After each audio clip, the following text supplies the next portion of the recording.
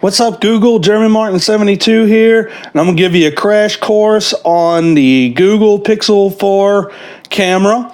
I have the Google Pixel 4 XL, 128 gigabyte, just black, $999.99, 1 penny shy of $1,000, and I want to get every penny's worth out of this camera, and I want you to do the same. So let's start off with the gesture to open this camera up quickly. You put your finger on the power button, click it twice fast, your phone will vibrate, and it will open up to camera default.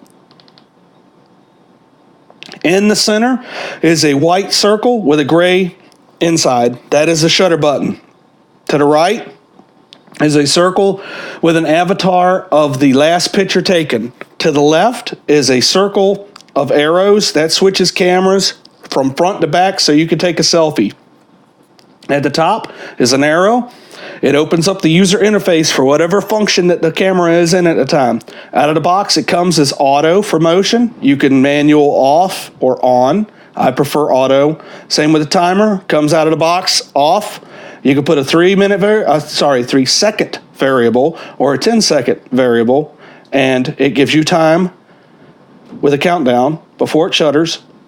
Okay, so you also can have options over top of the avatar after you've taken the picture.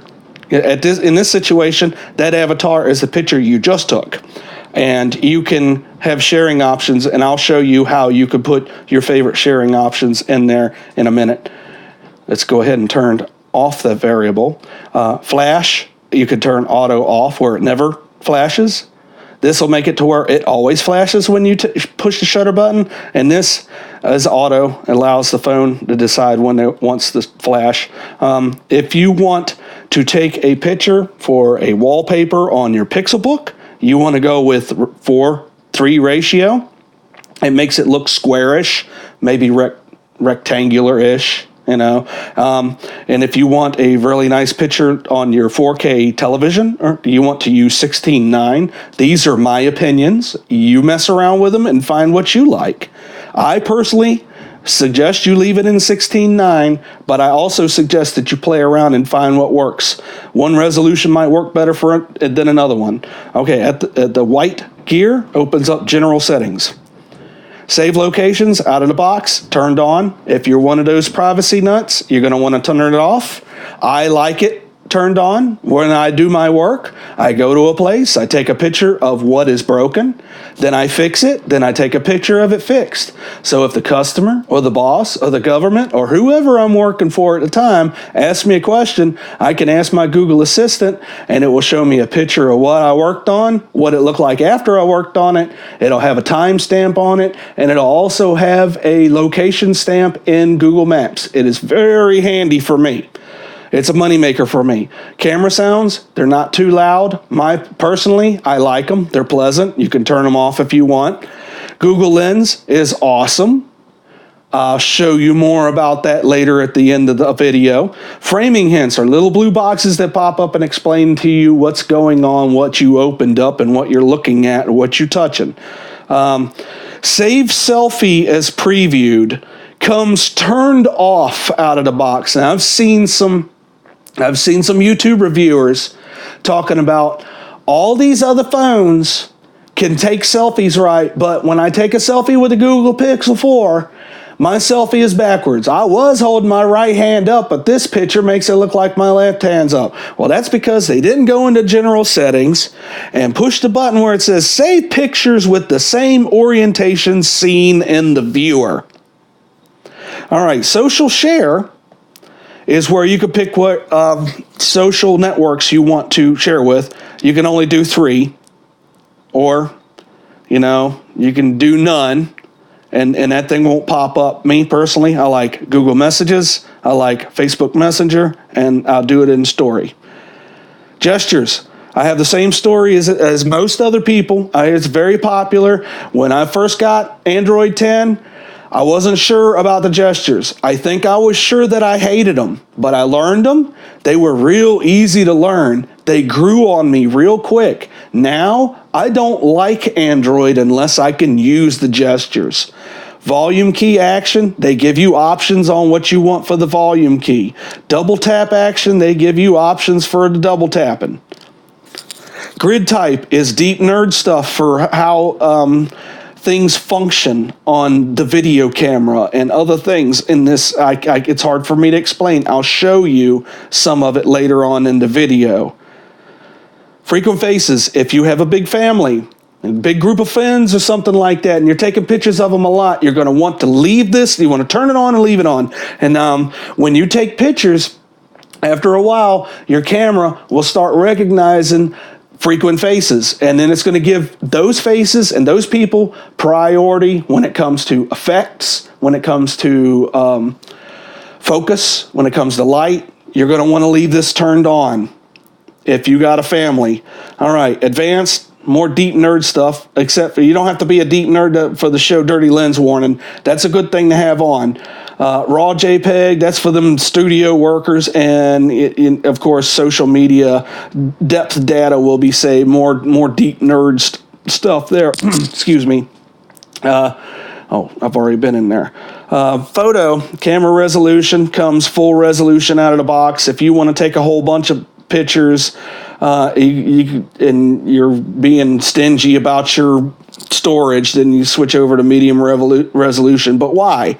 I paid $1,000 for this camera. I want full resolution. Out of the box, both of those options are turned off, and I've seen camera reviewers on YouTube talking about Google can't even do 4K right, and that their video stabilization isn't as good as the other cameras, and it's because they haven't come in here and turned these things on. Maybe they should have clicked the help button at the bottom of the settings here. You also got some feedback here. All right, let's close this out, and we're going to start over at night sight. We're going to click night sight. The shutter has a moon, a crescent moon, and it's going to want you to hold the camera still, depending on how much light you have. Since there's a lot of light in here, I'm not going to hold it still for very long. But sometimes that thing will make you hold it still for the longest time.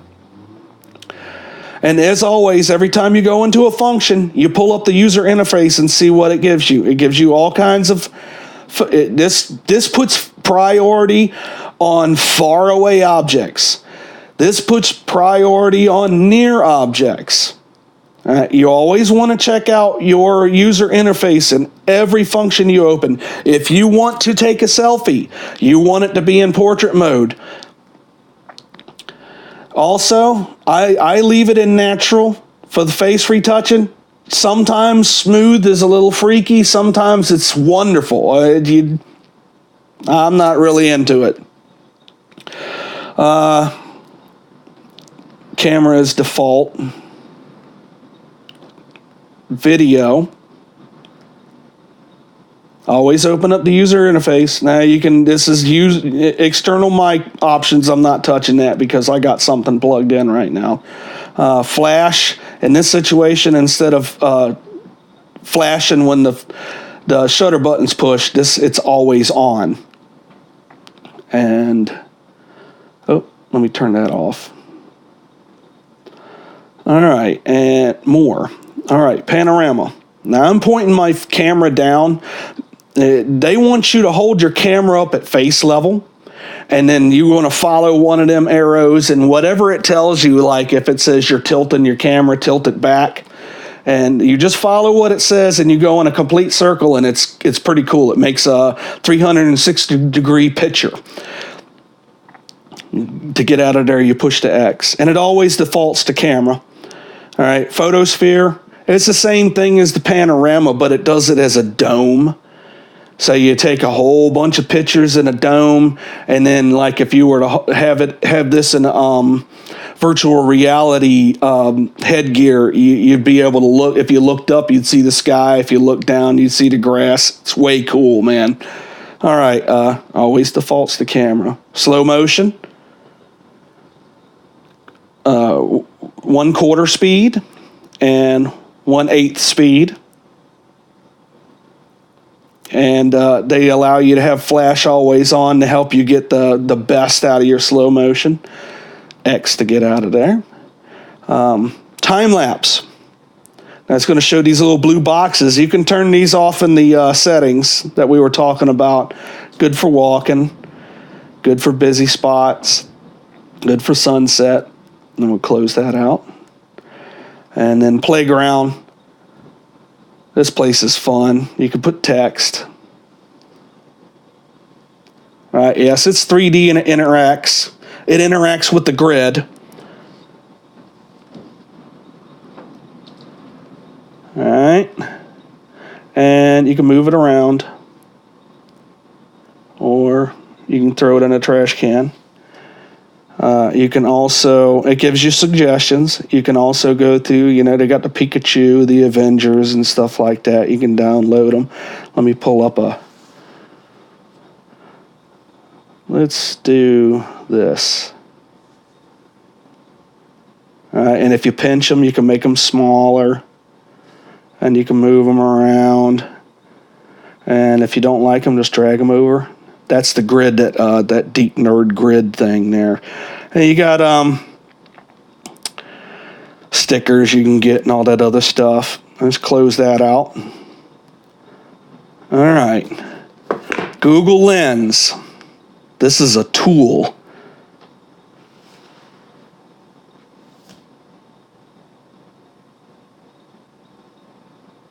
Yeah, that's pretty cool. This is an Easter egg that Google made on the back of the Pixel 4 box. Now, if you touch that on the screen, you touch any of those words they got there, it'll send you to websites.